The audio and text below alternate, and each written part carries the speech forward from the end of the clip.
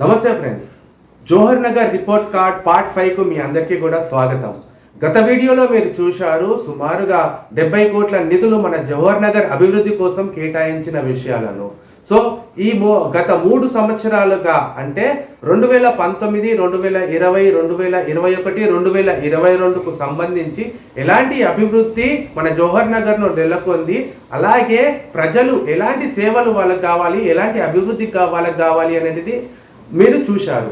ఈ వీడియోలో 2023 సంవత్సరానికి మన నాయకులు ఎలాంటి అభివృద్ధి చేశారు, ఎన్ని నిధులు తీసుకొచ్చిన నిధుల ద్వారా వాళ్ళు ఎలాంటి కార్యక్రమాలు చేశారు అనేది ఈ వీడియోలో చూద్దాం మనమందరం. జవహర్ నగర్ పేరు వినగానే హైదరాబాదులో ఉండేవారికి డంప్ యార్డ్ గుర్తుకొస్తుంది. ఇప్పుడు అదే Jawahar Nagar dump yard south ఇండియాలో ఉండే వాళ్ళందరికీ విద్యుత్ ఉత్పత్తి ప్లాంట్ను గుర్తు తెస్తోంది. రోజు డంప్ యార్డ్కి చేరే చెత్త నుంచి విద్యుత్ తయారు చేస్తోంది రామ్కీ సంస్థ. చెత్త నుంచి వెలుగులు తెస్తున్న ఈ బృహత్కర ప్రక్రియపై మా ప్రతినిధి డివిఎన్ కిషోర్ గ్రౌండ్ రిపోర్ట్. చెత్త నుంచి విద్యుత్ ఉత్పత్తి అది ఏ రకంగా జరుగుతుంది? నా వెనక ప్లాంట్ ఉంది, ఆ ప్లాంట్ లోపలికి వెళ్దాం, అసలు ఏం జరుగుతుంది, ప్రాసెస్ అంతా తెలుసుకునే ప్రయత్నం చేద్దాం. ప్రిజర్వ్ చేసిన చెత్తని బాయిలర్స్లో వేస్తారు.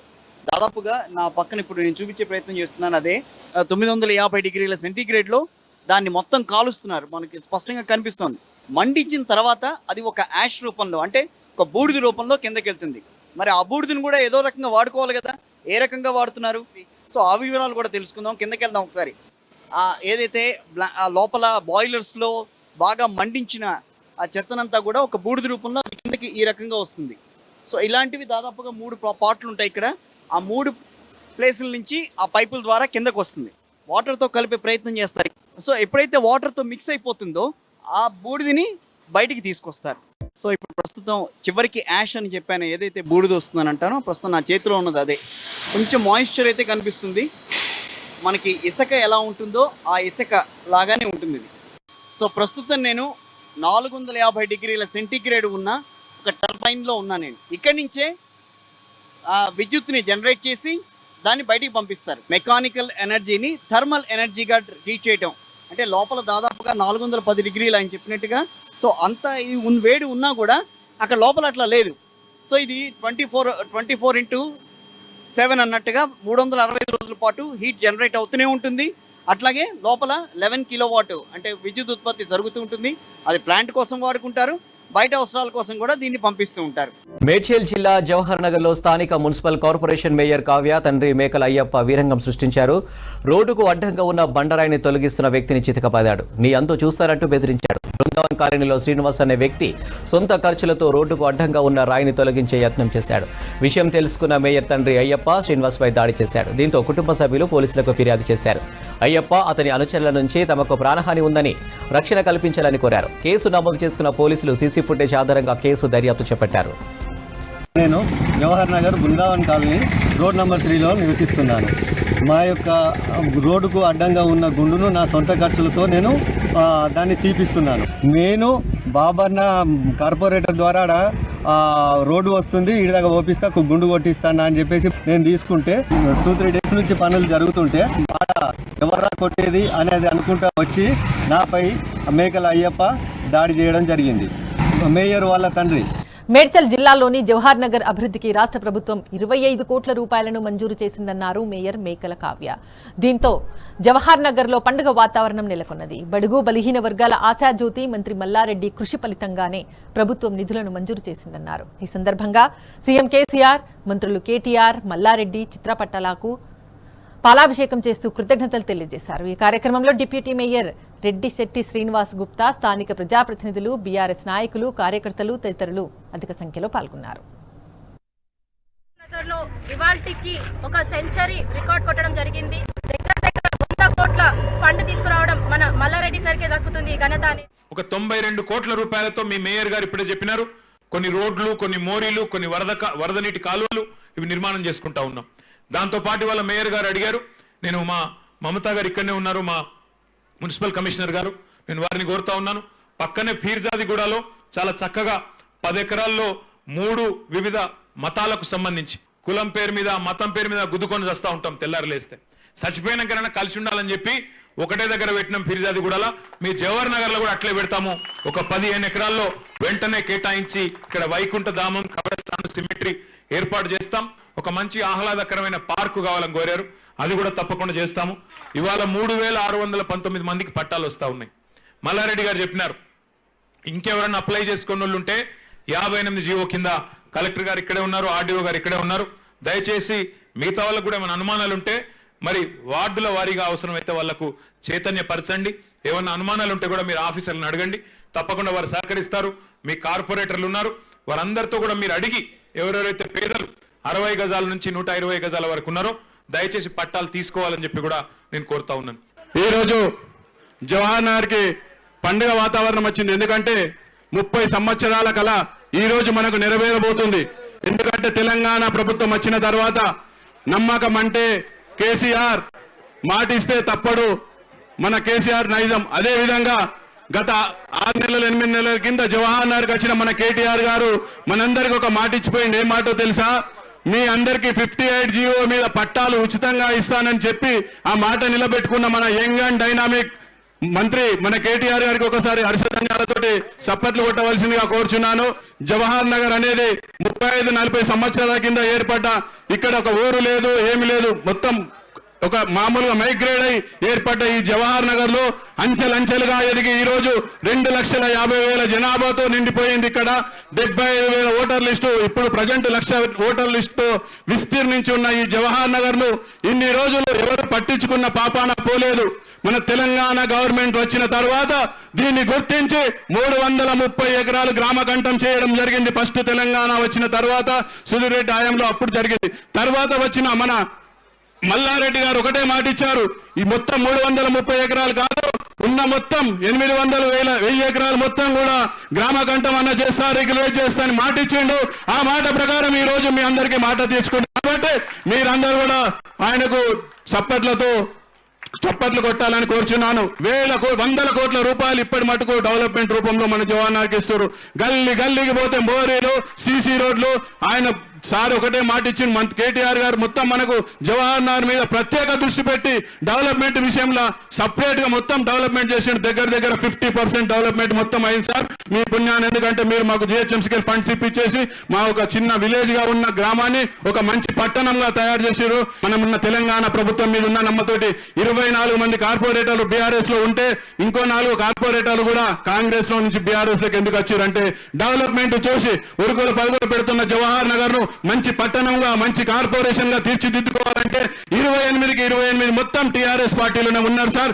రానున్న రోజుల్లో ఇంకా భారీ మెజార్టీతో గెలిపించి విజయడంకా మోగిస్తామని తెలియజేస్తూ, రానున్న రోజుల్లో కూడా మీరు మా మీద ప్రత్యేక దృష్టి పెట్టాలని. ఎందుకంటే మాకు ప్రత్యేక నిధులు లేవు సార్, పర్మిషన్ లేవు సార్. చూడడానికి పెద్ద ఇంట్లో పెద్ద పర్మిషన్ లేదు, సరైన వాల్యూస్ లేవు. కాబట్టి 330 ఎకరాలు గ్రామ కంఠంలో ఉండేది. దీని మీద మీరు తలుచుకుంటే రేపటి నుంచే పర్మిషన్ ఇవ్వగలుగుతారు. ఎందుకంటే దాన్ని గ్రామ కంఠం చేసి గెజెట్ రిలీజ్ చేసింది మనమే. కాబట్టి దాని మీద పర్మిషన్లు ఇవన్నీ కూడా ఉంటాయి మాకు తెలిసి. మీరు కూడా దాని మీద ప్రత్యేక చొరవ చూపించి పర్మిషన్లు కూడా ఇప్పించాలని కోరుకుంటూ ఇప్పుడు గౌరవ మేయర్ గారిని మాట్లాడవలసిందిగా కోరుచున్నాను.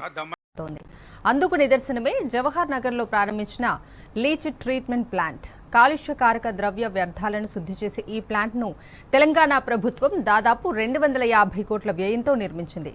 జవహర్ నగర్ ముఖ చిత్రాన్ని మార్చేందుకు తెలంగాణ ప్రభుత్వం చిత్తశుద్ధిని చాటుకుంది. జవహర్ నగర్లోని లీచ్ ట్రీట్మెంట్ ప్లాంట్ విశేషాలపై మా ప్రతినిధి గణేష్ అందిస్తున్న సమగ్రమైన రిపోర్ట్.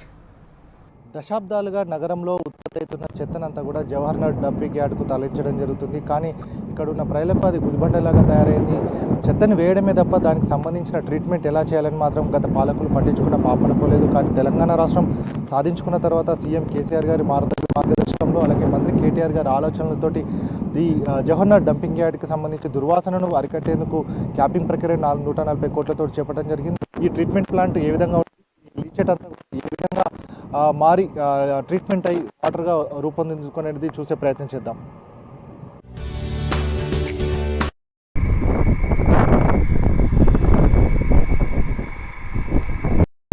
ఏడు గంటల పైన వచ్చి ఇట్లా లేబర్తో కంటిన్యూ చేసి క్లోజ్ చేస్తారు.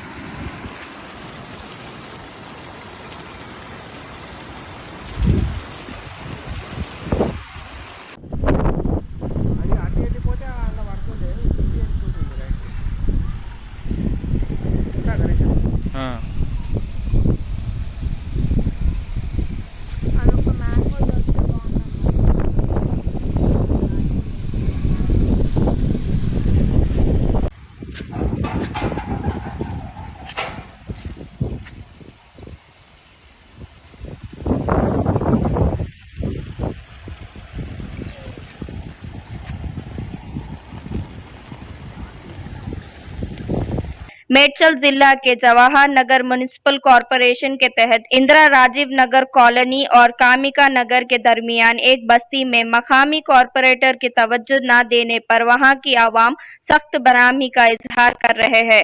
इस मौके पर मीडिया से बात करते हुए वहां की आवाम ने कहा कि उनकी कॉलोनी में अभी तक कोई भी तरक्की नहीं हुई। बुनियादी तौर पर पानी का मसला, underground drainage, CC roads, electricity lights और जब बरसात का मौसम आता है तो हमारे घरों पर पानी भर जाता है। నగర్ కిన్ను ఇందిరా రాజీవ్ నగర్ కాలనీకి మధ్యలో ఉన్నటువంటి ప్రాంతం ఇది.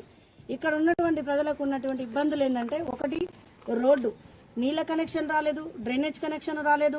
ఇంతవరకు చిన్న విషయం అండి. శివాజీ అనేటువంటి ఈ కార్పొరేటర్ ఎవరో మాకు తెలియదు. ఆయన ఇంతవరకు కూడా మేము చూసింది లేదండి. ఏ సందర్భంలో కూడా నీళ్ళు వచ్చి ఇల్లు కొట్టుకుపోతున్నా కూడా, ప్రజలు బాధలు పడుతున్నా కూడా, రోడ్లు లేకపోయినా కూడా, పిల్లల చదువులు నష్టం అవుతున్నా కూడా విచిత్రంగా చూస్తూ నిలబడే మనుషులే కానీ మాకు సహాయం చేసేటువంటి ఒక్క నాదులు లేడండి. ఇలాంటి పరిస్థితులలో మేము ఓట్లు వేసి గెలిపించినటువంటి టీఆర్ఎస్ గవర్నమెంట్ కోరుకునేది ఒకటే, మాకు రావాల్సిన వసతులు మీరు తెప్పించాలి. మీరు ఉన్నటువంటి సమస్యలను అందరికీ మేము తెలియజేసుకుంటున్నాం కాబట్టి మా బాధలను పట్టించుకున్నటువంటి కాంట్రాక్టర్ల మీద కానీ, కౌన్సిలర్ల మీద కానీ, ఇటు కార్పొరేటర్ల మీద కానీ చర్య తీసుకోవాలండి. మా జీవితాలకు ఒక దారి చూపించాలి. మేము ఎలా పోతున్నాం ఉద్యోగాల కంటే చెప్పుకునే బాధ ఎట్లుందంటే, మాకు హాఫ్ డే సాలరీస్ కట్ అవుతున్నాయండి, లేట్ అయిపోతున్నాం. ఈ రోడ్ల వల్ల ప్రయాణం చేయలేకపోతున్నాం. మాకున్నటువంటి సమస్య మంచినీటి సమస్య అయితే చెప్పరాదు. ఆ నీళ్లు తెచ్చుకోవాలంటే కూడా ఈ రోడ్ల మీద మేము ప్రయాణం చేయాలి. ఒక నేతకి గాని, ఒక అధికారికి గాని ఇచ్చినటువంటి అధికారంతో వాళ్ళు ఏం చేస్తున్నారు అంటే, ఇప్పుడు మా ఉన్న బస్సు సమస్యకైతే మాకున్నటువంటి కార్పొరేటర్ శివాజీ అట మాకు తెలియదు.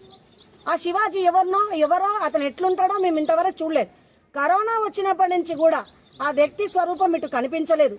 అధికారం తీసుకున్నాడు కానీ పనులు చేసినవి మాత్రం లేదు. దాఖలాలు లేవు. మీకు కావాలంటే వీడియో ఫొటోస్ పెడతాము, ఒక్కసారి చూడండి మా బస్తీ హాలత్ ఎట్లా ఉంది, పరిస్థితులు ఎట్లున్నాయి, ఎంత గడ్డు సమయం మా జీవితం మీద నుంచి గడుస్తున్నది అనేది మీరు గ్రహించాలా. ఆ శివాజీ కార్పొరేటర్ ఖచ్చితంగా ఇక్కడ వచ్చి మాకు నిలబడి పని చేస్తేనే అసలైన కార్పొరేటర్, లేకుంటే మాకు వచ్చేసారి ఆయన ఖచ్చితంగా ఓడించి చూపిస్తాం. ग्रेटर हैदराबाद म्यूनसिपल कॉरपोरेशन के हुदूद में गरीब अफराद में 11,700 डबल बेडरूम मकानात की कल हफ्ते को तकसीम अमल में लाई जाएगी। यहाँ के तमाम इंतजामात मुकम्मिल कर लिए गए हैं। यह मकानात GHMC हुदूद के 24 असेंबली हलकों में 11,700 इस्तेफादा कुनंदगान के हवाले किए जाएंगे। और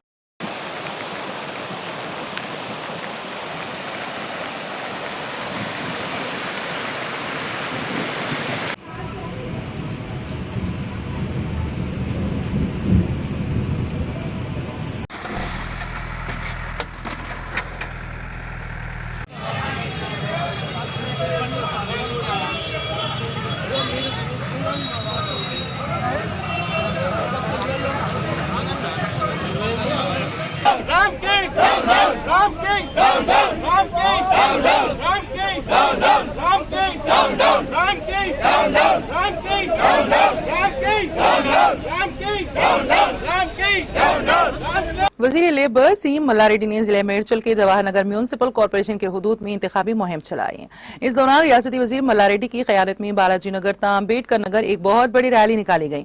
इस रैली में Jawahar municipal corporation mayor Mekala Kavya, deputy mayor Reddy Shetty, Srinivas Gupta, TRS party सदर भाषाउनी कोंडला मुदिराज, कॉरपोरेटर्स के अलावा मुकामी बीआरएस कायदीन और कारकुनों की कसीर तादाद ने शिरकत की। इस मौके पर मुनक़िदा रैली से खिताब करते हुए रियासती वज़ीर मल्ला रेड्डी ने कांग्रेस और बीजेपी को अपनी शदीद तनकीद का निशाना बनाते हुए कहा कि बीआरएस ही रियासत की तरक्की और अवाम की फलाह बहबूद की अहल है।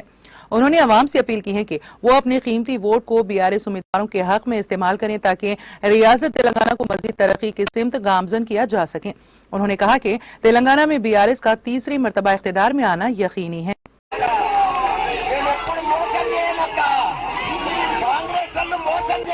జవహర్ నగర్ కు కొందరు పంది కొప్పులు జమాయించిరక్క, వాళ్ళని తరిమి కొట్టాలి కాంగ్రెస్ వాళ్ళను. ఎవడన్నా వస్తే ఏం చేసినవరా, నీ ఎంపీ ఏం చేసిండ్రా, నీ రేవంత్ రెడ్డి ఏం చేసిండ్రా, ఏం మొత్తం పెట్టుకొని వస్తున్నారు అని తిట్టేలు కొట్టాలి, చెప్పులతో కొట్టాలి కాంగ్రెస్ వాళ్ళకు. ఎందుకంటే మనం కళ్ళలో ఉత్తులు వేసుకొని చేస్తున్నామంట. చాలా కష్టంగా పైసలు కేటీఆర్ తోని, కేసీఆర్ తోటి మన ఎత్తుగా కాంగ్రెస్ వాళ్ళే డబ్బిగాడు కుప్ప తెచ్చిపెట్టిరక్క. వాళ్ళే జవహర్ నగరే ఉంది, లక్ష రూపాయల గజం పోతుందట మన దగ్గర. ఇక్కడ ధర్మయుగంలో 30,000 పోతే మనకి 1,00,000 రూపాయలు పోతుంది. మన జవహర్ నగర్ బంగారం గుట్ట, ఒకనాడు చెత్త గుట్ట, ఈ రోజు బంగారం గుట్ట.